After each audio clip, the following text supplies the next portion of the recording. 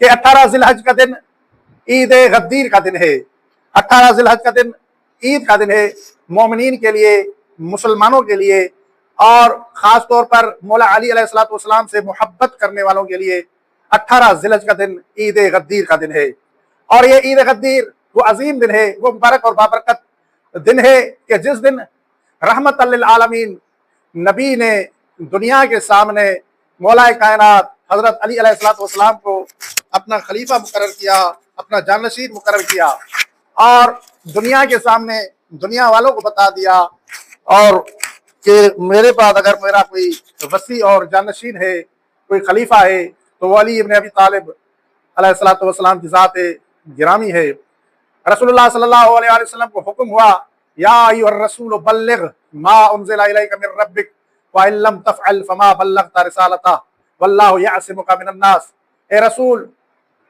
ان تک وہ پیغام پہنچا دو جو پیغام آپ پر آپ کے رب کی طرف سے نازل کیا گیا ہے، اور اگر آپ نے یہ پیغام نہ پہنچایا تو گویا رسالت کا کوئی کام انجام نہ دیا۔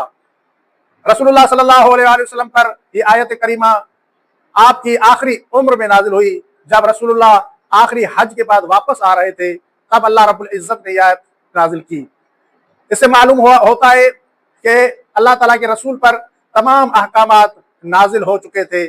نماز کا حکم بھی نازل ہو چکا تھا، روزے کا حکم بھی نازل ہو چکا تھا، حج کا حکم بھی نازل ہو چکا تھا، زکوٰۃ کا حکم بھی نازل ہو چکا تھا، تمام احکامات نازل ہو چکے تھے۔ اور آخری حج کے بعد جب واپس آ رہے تھے، غدیر خم کے مقام پر پہنچے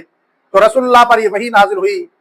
کہ آپ وہ پیغام جو آپ پر آپ کے رب کی طرف سے نازل ہوا ہے وہ پیغام پہنچا دو۔ تب رحمت للعالمین نبی نے تمام صحابہ کرام کہ جن کی تعداد بہت زیادہ بیان ہوئی ہے، تمام صحابہ کرام کو حکم دیا کہ تمام صحابہ غدیر خم کے مقام پر جمع ہو۔ تمام صحابہ کرام جب جمع ہوئے تو رسول اللہ نے صحابہ کرام کے سامنے ایک بڑا طویل خطبہ ارشاد فرمایا، جو خطبہ غدیر کے نام سے مشہور ہے اور وہ کتابوں میں مذکور ہے۔ آپ نے وہ طویل خطبہ ارشاد فرمایا اور پھر فرمانے لگے، اے علی ابن ابی طالب، آپ میرے قریب آ جائیں، آپ میرے پاس آ جائیں۔ جب مولا علی علیہ السلام رسول اللہ کے پاس گئے، جو کہ رسول اللہ اونٹوں کے پلانوں کے منبر پر تشریف فرما تھے، تو رسول اللہ نے مولا علی علیہ السلام کا ہاتھ پکڑا اور ہاتھ پکڑ کر دنیا والوں کو دکھا کر بتا کر بیان فرمایا، من کنت مولا ہو فہذا علی المولا، کہ جس کا میں مولا ہوں اس کا یہ علی مولا ہے۔ اللہم والے من والا ہو وعاد من عادا ہو، اے اللہ جو بھی علی سے محبت کرے تو بھی اس سے محبت کر، اور جو بھی علی سے بغض رکھے تو بھی اس سے نفرت کر۔ اور پھر تاریخ بتا دیے کہ جیسے ہی رسول اللہ نے مولا علی علیہ السلام کو اپنا جانشین مقرر کر دیا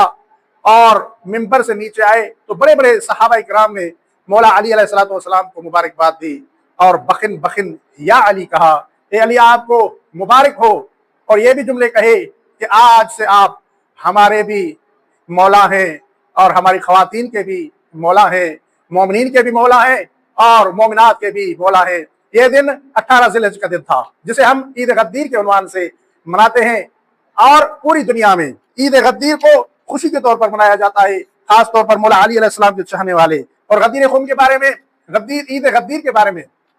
حدیث میں ہے، یوم غدیر خم افضل اعیاد امتی، کہ غدیر خم کا دن میری امت کی افضل ترین عیدوں میں سے ہے۔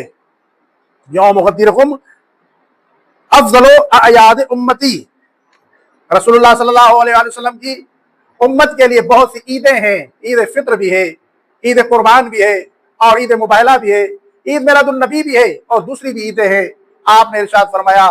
کہ غدیر کے دن جو عید منائی جاتی ہے یہ تمام عیدوں سے افضل ہے، افضل ترین عید۔ کیوں؟ اس لیے کہ رسول اللہ نے دنیا کے سامنے بتا دیا کہ میرے بعد میرا جانشین کون ہوگا، میرے بعد میرا وصی کون ہوگا، میرے بعد میرا خلیفہ کون ہوگا، یہ رسول اللہ نے دنیا کو بتا دیا تھا۔ اور وہ دن تھا 18 ذیلحج کا دن۔ اسی لحاظ سے مومنین 18 ذیلحج کے دن پوری دنیا میں